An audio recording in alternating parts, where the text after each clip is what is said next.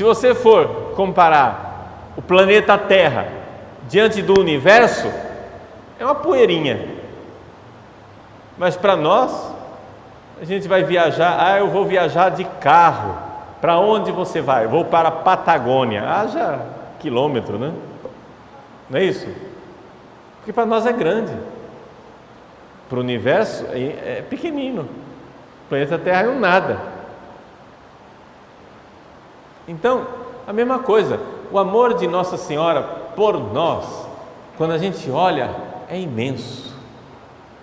Porque ela tem o maior amor, depois do amor de Cristo. O amor de Nossa Senhora é o maior. A diferença entre os dois é imensa, mas ela é maior.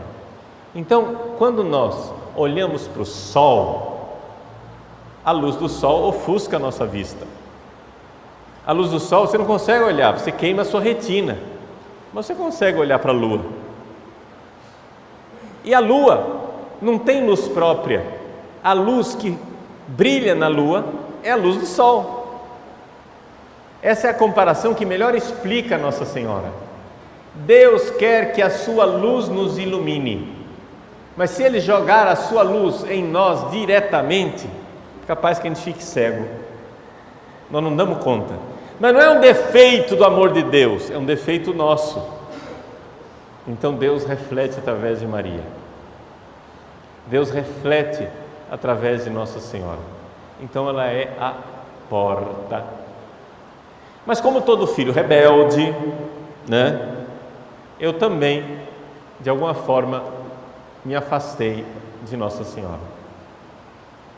Sabe por quê? Fui estudar teologia, né? E quando eu fui estudar teologia, foram me ensinar o óbvio, que a minha espiritualidade tinha que ser cristocêntrica. Cristo tem que estar no centro, porque Cristo é tudo.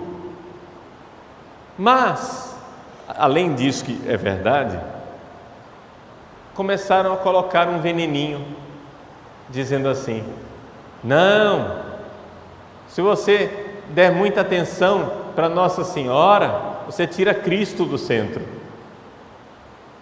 Então eu me tornei aquilo que São Luís Maria chama de devoto escrupuloso. Eu deixei então as doçuras da minha infância espiritual, e fui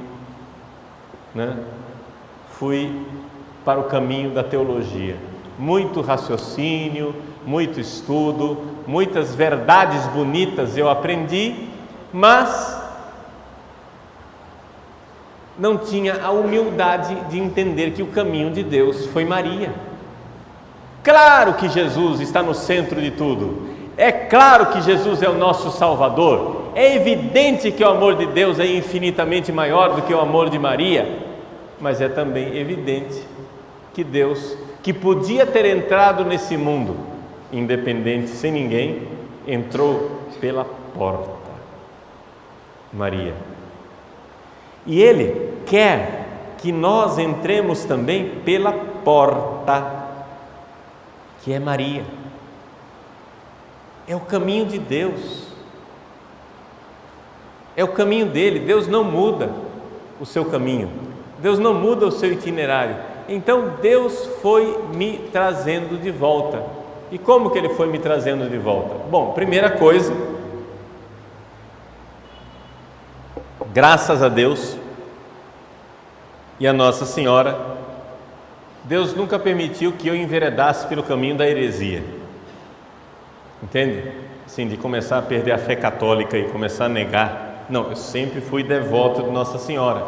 Por exemplo, durante muitos anos, terminava a missa, terminava minhas orações na liturgia das horas, não é? Eu rezava uma antífona para Nossa Senhora, sempre teve lá, todos os dias e várias vezes por dia. Mas eu não rezava o terço.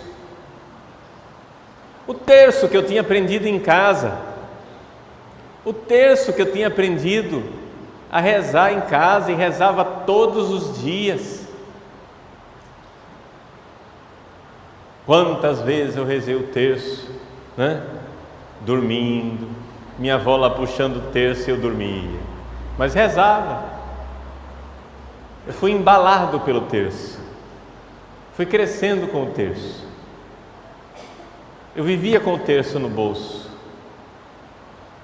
fui ordenado por um Papa Mariano, João Paulo II, consagrado a Nossa Senhora, totus tuus.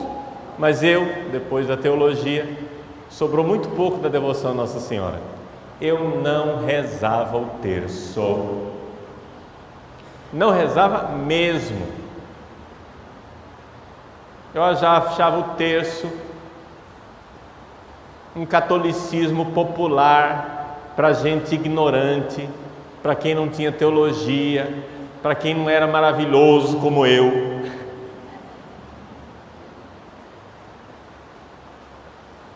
E no entanto, Nossa Senhora tentou me trazer de volta várias vezes. Quantas vezes eu ouvi pregações que diziam: Nossa Senhora, quando apareceu em Lourdes, pediu a oração do terço.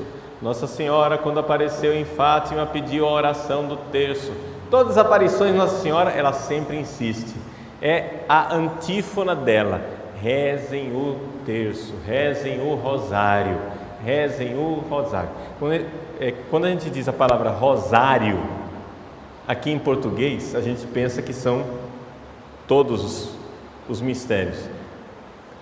Nos outros países, todo mundo sabe que a palavra rosário quer dizer rosário, ou então parte do rosário, está entendendo? Pode ser só o terço mesmo, é equivalente a rosário, tá? Não estou dizendo, hoje eu rezo o rosário todos os dias, os 4 grupos de mistérios, que não pode mais falar terço, porque João Paulo II mudou, não é mais terço, é um quarto, né, agora. Então, eu rezo as 4 partes do rosário, né, os 20 mistérios, todos os dias. Nem sempre com a devoção que deveria, tá? Mas pelo menos um terço, eu tenho o propósito de pelo menos rezar um direitinho, parado, só rezando o terço. Os outros, se possível, porque nem sempre o dia permite. Mas quem sabe eu me converto, né? Outro dia, eu estudando a devoção que o Padre Pio tinha por Nossa Senhora, eu descobri que o Padre Pio escreveu numa anotação dele lá, no quarto dele, descobri a anotação: todos os dias, ao menos 5 rosários. É evidente que ele rezava ouvindo confissão, está entendendo? Que o homem passava o dia no confessionário, né? E ele ia rezando, para a gente entender. Mas eu achava que o terço era uma bobagem, então tem que dizer isso, tenho que confessar o meu pecado de orgulho. Mas Nossa Senhora pacientemente veio me trazendo de volta. Primeiro, ela fez isso com a queda dos meus amigos, ou seja, pessoas que eram meus amigos, que eram tão cristocêntricos, liturgistas como eu, começaram a rezar o terço. E eu achava aquilo, mas eles começaram a rezar o terço. Não, eu estou sentindo necessidade de rezar o terço. E começaram a rezar o terço.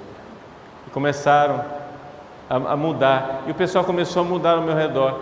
E aí veio o golpe mortal. O que é que foi o golpe mortal na minha vida?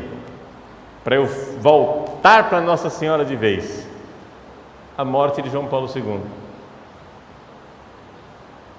Eu atribuo a intercessão, um dos milagres de João Paulo II, que vai ser canonizado agora. Um dos milagres dele é o Padre Paulo voltar a ter devoção a Nossa Senhora, né?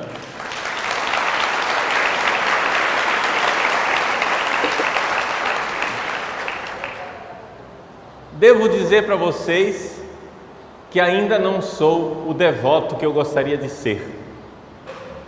Gostaria muito mais. Mas é que a gente precisa de tempo para instalar o hábito, entenderam? E é isso que nós vamos ver quando na parte da tarde nós estudarmos essa questão da consagração a Nossa Senhora. Não é um ato mágico em que um belo dia você vem na frente do sacrário, lê um papel, não é? E com um pozinho de pirlim-pim-pim você agora é consagrado a Nossa Senhora. A consagração é um estilo de vida. Fazer tudo com Maria, por Maria e para Maria. Tudo. Totus tuus. Mas aí você vai dizer, mas padre, espera lá, tudo bem, eu entendo perfeitamente que o senhor tivesse seus problemas teológicos lá, mas agora, do jeito que o senhor está, o senhor virou um fanático, né? É tudo para Maria agora, Maria virou Deus. Bom, primeiro a palavra do Padre Pio. Padre Pio diz assim, e isso ele via Nossa Senhora, tá? Ele via Nossa Senhora, não estamos falando de um sujeito assim, mas eu não acredito que ele via Nossa Senhora. Bom, eu não tenho por que duvidar do Padre Pio. Primeiro, os estigmas milagrosos. Segundo, as dezenas, centenas de milagres extraordinários que foram realizados durante o tempo de vida dele e depois dele passar nesse mundo. Quer dizer, os milagres incontestes. Crianças que ressuscitaram, cegos que voltaram a enxergar, uma menina que nasceu sem pupila. Ela nasceu com uma má formação congênita, ela nasceu sem pupila e o Padre Pio fez com que a abençoada pudesse enxergar. E o que é pior, continuava sem pupila. Ela foi aos médicos, o médico investigava, mas você não tem pupila, você não está enxergando. Eu disse, estou, quantos dedos tem aqui? 4. Eu enxergava. Como é possível isso?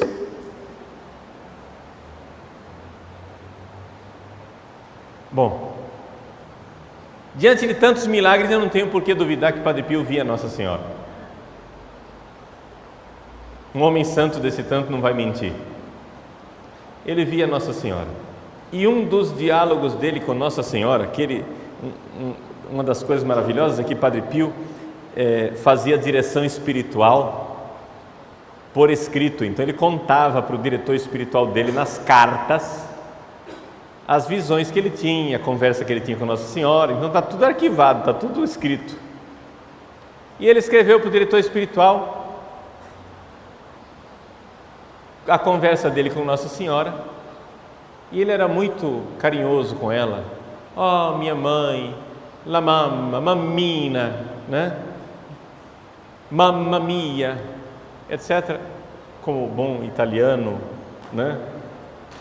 Ele, então, uma hora disse a Nossa Senhora: mãe,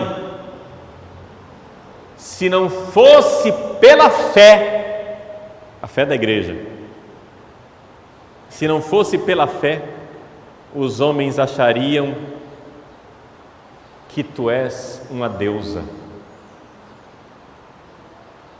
Ou seja, a grandeza de Maria. Maria é tão extraordinária que, se não fosse a fé da igreja que nos segura, nós acharíamos que ela é uma deusa. De tão gloriosa e extraordinária. A glória de Maria é maior. Você pega a glória de todos os anjos, que são bilhões, trilhões de anjos, a glória de todos os santos que já existiram, que existem, que existirão, a glória de todos juntas, a glória de todos os anjos e santos diante da glória de Maria é como uma estrelinha diante do sol. Está entendendo? A estrelinha como nós a vemos, ou seja, só aquele brilhozinho tênue lá no céu, tudo junto, é só uma estrelinha, e Maria é o sol, que tudo ilumina. Essa é a diferença, é enorme. Maria é diferente de todos os anjos e santos. Por quê? Porque ela é a mãe de Deus. Mãe. Ou seja, Deus escolheu uma mãe e deu a ela a glória. Seus dias aqui na terra ela passou humildemente, mas depois ela foi gloriosa. Deus manifestou a sua glória. A mulher vestida de sol, diz o Apocalipse, apareceu um grande sinal no céu. Grande! Não se usa essa palavra no Apocalipse para nenhum outro sinal. Apareceu um grande sinal do céu. Uma mulher vestida de sol. Extraordinária. Pois bem, Maria, depois que subiu aos céus, era assim, é assim, gloriosa. Bom, então, a fé nos diz que ela não é Deus, mas a glória dela é muito grande. Então, se você acha que você está exagerando falando de Maria, saiba, você não sabe de nada ainda. Você não viu da história a metade. Não é exagero, porque Deus exagerou com Maria. O poderoso fez em mim maravilhas. O poderoso fez grandes coisas por mim. Foi Deus quem fez. E Deus quis. E Deus realizou essa obra extraordinária. É claro que Deus é infinitamente maior do que ela, mas diante de nós, comparado conosco, ela é muito, muito gloriosa. Então, não se trata de nós ficarmos fanáticos, nada disso. Deus quis que ela fosse a porta. Deus quis que ela fosse o ventre no qual Jesus é gerado. E se Jesus é gerado no seu coração, ela está lá, sendo o ventre que ajuda nessa geração. Então vejam só, eu devo confessar para vocês, eu mesmo estou fazendo um caminho, eu mesmo estou trilhando um caminho, eu ainda tenho muita resistência. Eu conto com a intercessão do bem-aventurado João Paulo II, conto com a intercessão do Padre Pio, de Santa Teresinha, para que eu realmente dê à Virgem Maria a dimensão, a grandeza que ela deveria ter na minha vida. E todos, isso é interessante, é unânime, todos os santos todos os santos têm devoção a Nossa Senhora, né? Mas existem alguns que têm uma devoção mais clara. Todos os santos que tiveram essa grande devoção clara por Nossa Senhora, eles dizem: você começa com Maria, você vai para Maria, você se entrega a Maria e ela então gera o seu amor por Jesus de uma forma tão real, tão concreta, tão inabalável, que o amor que as pessoas têm por Jesus através de Maria é muito mais sólido. Isso, por exemplo, o bem-aventurado cardeal Newman notou, um grande estudioso, ao olhar o mapa da Europa, não é? O cardeal Newman já viveu numa época em que a Europa estava ficando secularista, descristianizada, ateia. A Europa, diante da Europa ateia, lá, o cardeal Newman diz, é interessante, a fé em Jesus Cristo desapareceu em primeiro lugar nos países que rejeitaram a devoção a Maria. Ou seja, nos dias do cardeal Newman, a Europa, o mapa da Europa, os lugares onde o protestantismo entrou estavam ficando cada vez mais ateus. E a fé em Jesus ainda estava resistindo nos lugares onde havia devoção a Nossa Senhora. Isso é uma realidade historicamente comprovada, que de fato os grandes devotos de Maria não traem Jesus e não deixam Jesus de lado. Então, vamos caminhar juntos. A razão de ser minha palestra, eu quero colocar isso para vocês, enfatizar bastante esse meu testemunho pessoal, para que você que ainda tem resistências entenda.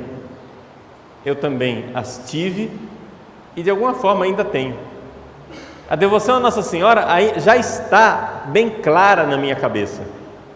Eu estou fazendo um esforço para aumentá-la no dia a dia, mas eu ainda noto que tem dentro de mim umas resistências ainda, que eu ainda preciso ser um devoto melhor, mais generoso, mais confiante.